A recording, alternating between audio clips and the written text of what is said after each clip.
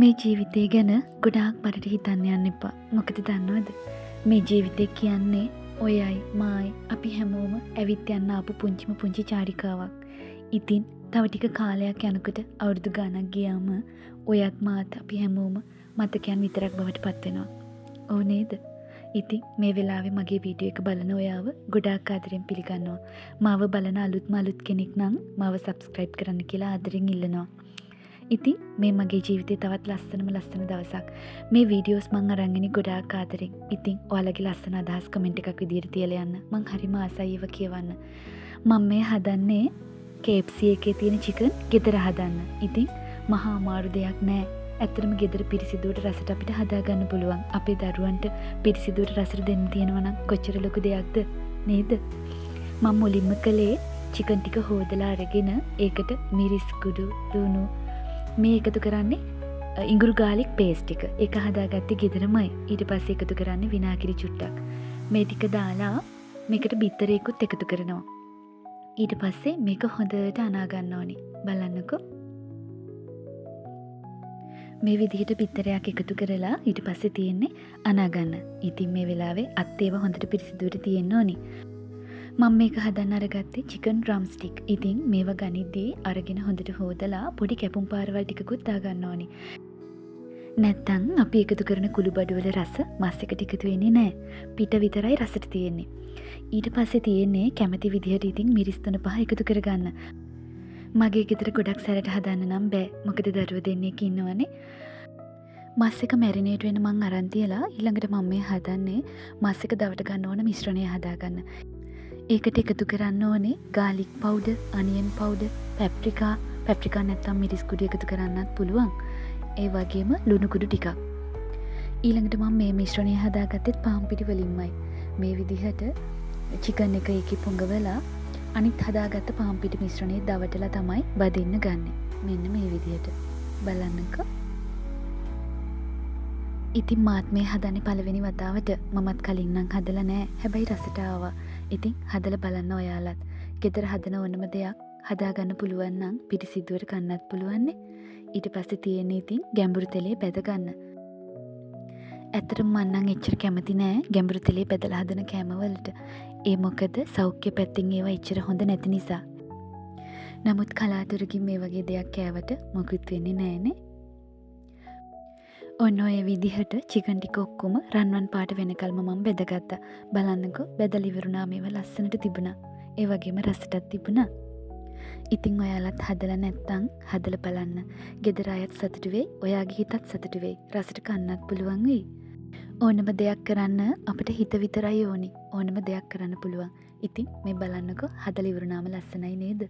ලස්සනයි වගේම රසට තිබුණා. එහෙනම් ඔයාලා try කරලා බලන්න. ඊට පස්සේ අපි මේ චුට්ටක් එළියට ගියා. අද මහත්තයාගේ නිවාඩු දවසක්. ඉතින් අපි මේ හැදුවේ ගෙදරට ඕනි බඩු ටිකක් ගන්න එළියට යන්න.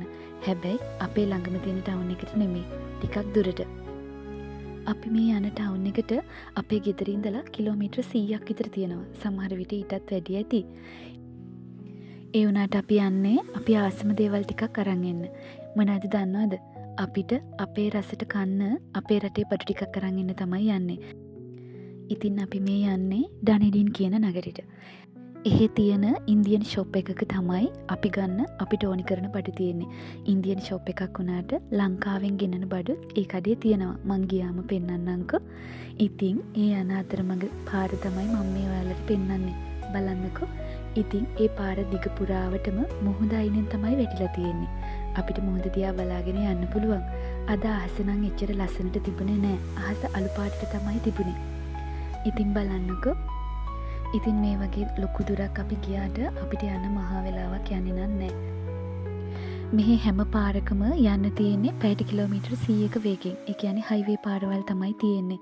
ඉතින් එහෙම තියෙන්නේ මේ නගරකින් නගරයකට යන අතරමැද ගොඩාක් තියෙන ගොවිපළවල්. ඉතින් මිනිස්සු වැඩිපුරම ජීවත් වෙන්නේ නගරය ආශ්‍රිතව.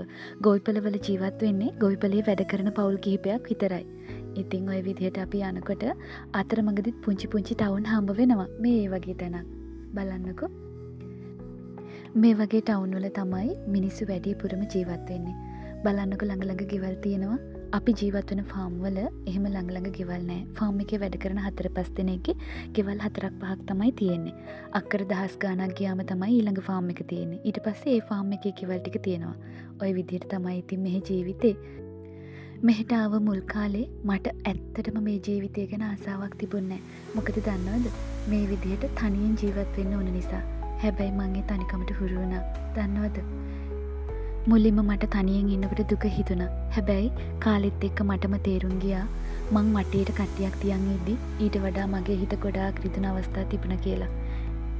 මේ වගේ දුර රටක ඉන්නකොට ඇත්තටම තනියෙන් ජීවත් වෙනකොට අපිත් එක්ක කවුද ඉන්නේ කියලා අඳුනගන්න පුළුවන් වෙන්නේ මෙහෙම තනි වුණ වෙලාවට විතරමයි.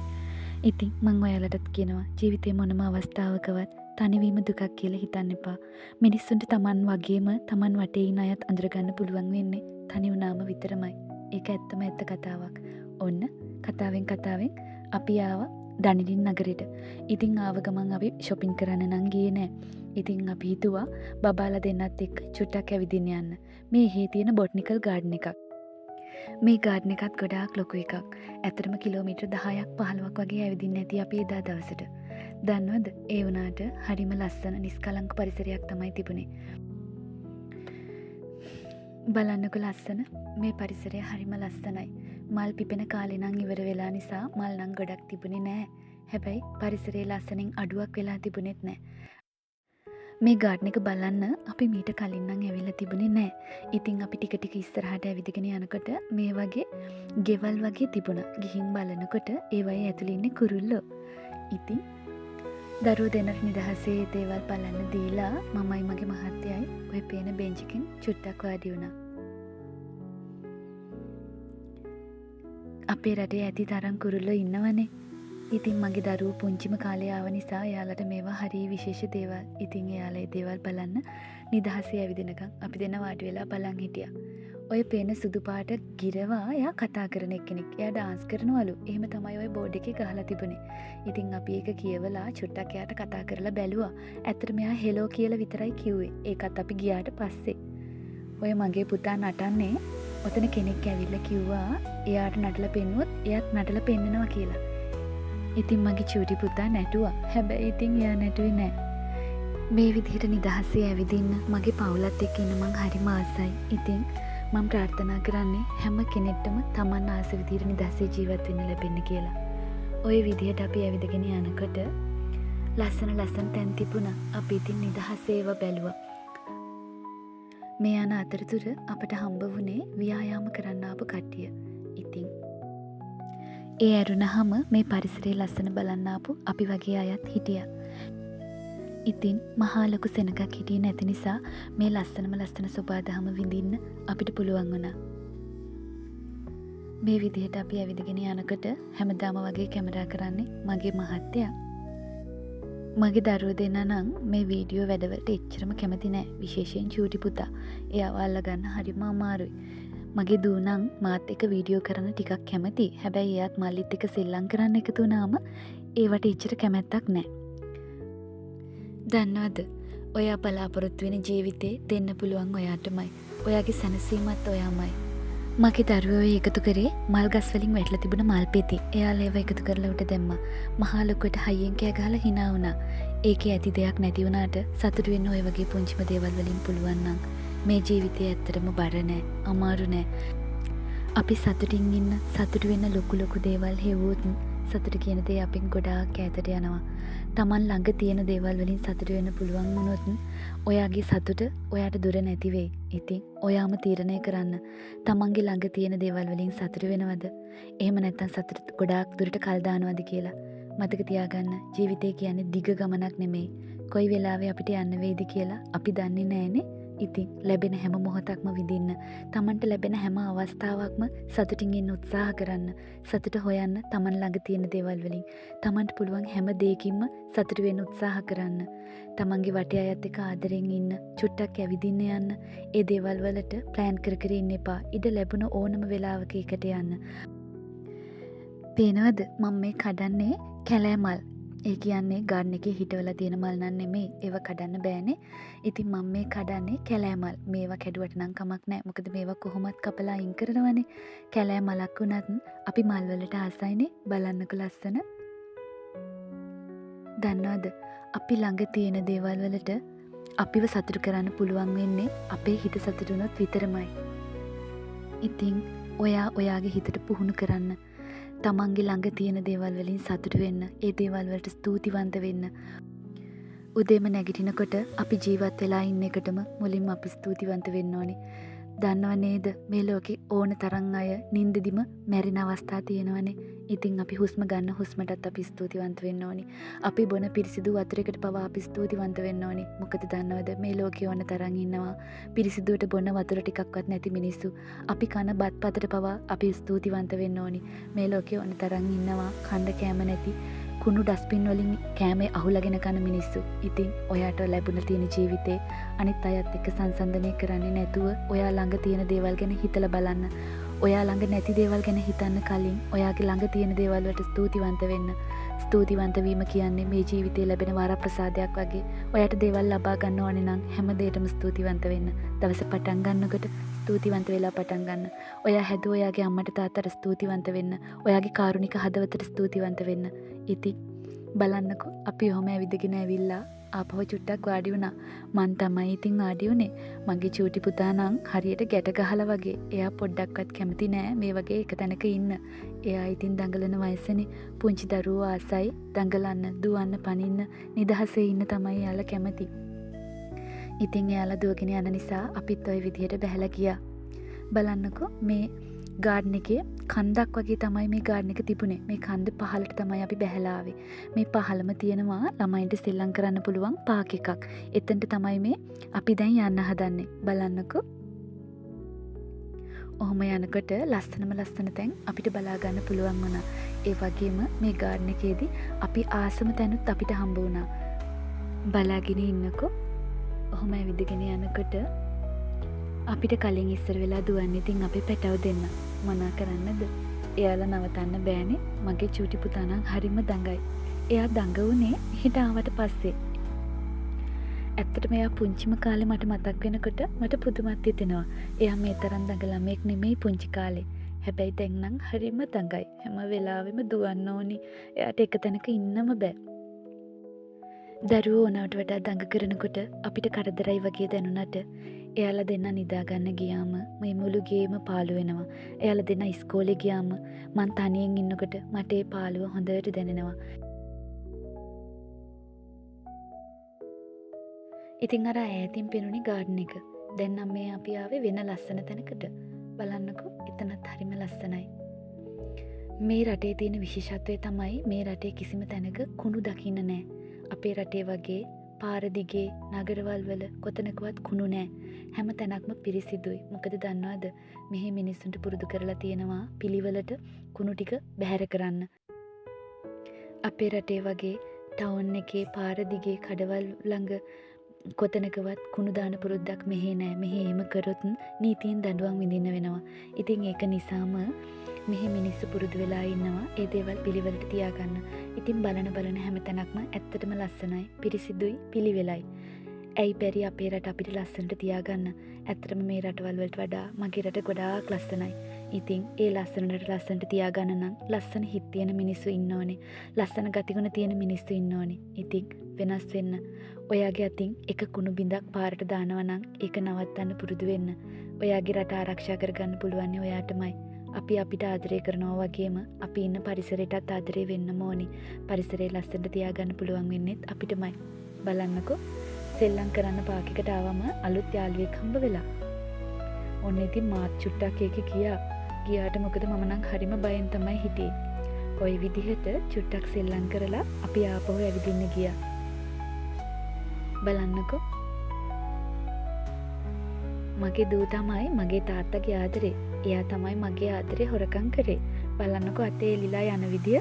මං එහෙම කිව්වම අපි දෙන්නට යන්න දීලා එයා අයින් වුණා.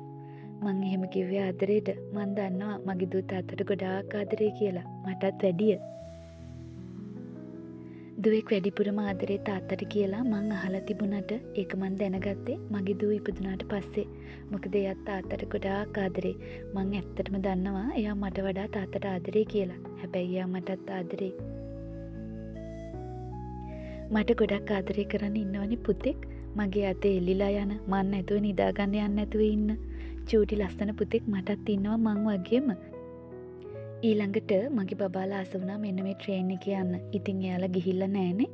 ඒක නිසා අපි ඒ ආසාවත් ඉෂ්ට කරා.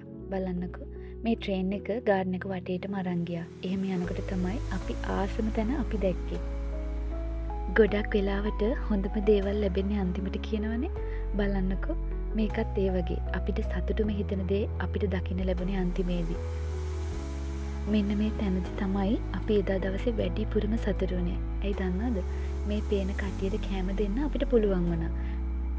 මේ කෑම නොමිලේ තමයි අපිට මෙතනින් දෙන්නේ. ඉතින් අපිට මේ කෑම ගෙනල්ලා කැමති විදිහට මේගොල්ලන්ට කන්න දෙන්න පුළුවන්. මෙයාලා හරිම ආදරණීය සත්තු වර්ගයක්. බලන්නකෝ ළඟට එනවා. මොකද එයාලට කෑම දීලා පුරුදු වෙලා.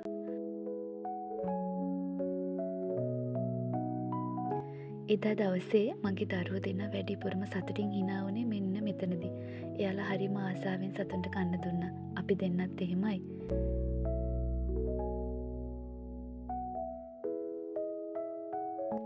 මේ ගාඩන් එකට එන ඕනම කෙනෙක්ට මේ අවස්ථාව ලබා ගන්න පුළුවන්. කෑමත් නොමිලේම ලැබෙන නිසා හැමෝම මෙතනට ඇවිල්ලා මේ සතුන්ට මෙහෙම කන්න දෙනවා. වීඩියෝ කරනවා, ෆොටෝ ගහනවා. ඉතින් මෙතන ගොඩාක් සෙනග ගැවසෙන තැනක්. ඒ වුණාට අපිට නිදහසේ ඒ දේවල් කරන්න අවස්ථාව ලැබුණා. බලන්නකෝ ඔයාලටත් ආස හිතෙනව නේද? ඉතින් කමෙන්ට් එකක් දාගෙනම යන්නකෝ.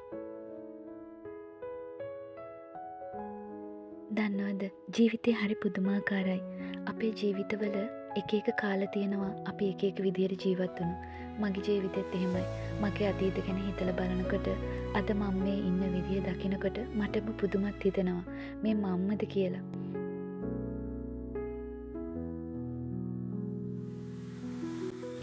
දන්නවද ජීවිතේ ලස්සනම කාලේ එනකොට අපිට නොගැලපෙන මිනිස්සුන්ගෙන් අපිව අත්හැරිලා, නොගැලපෙන දේවල් වලින් මගහැරිලා, නොගැලපෙන තැන් වලින් අපිට ඉන්න බැරි වෙලා ඉන්න මොණි කිහිප දෙනෙක් විතරක් ළඟ ඉතිරි වෙනවා.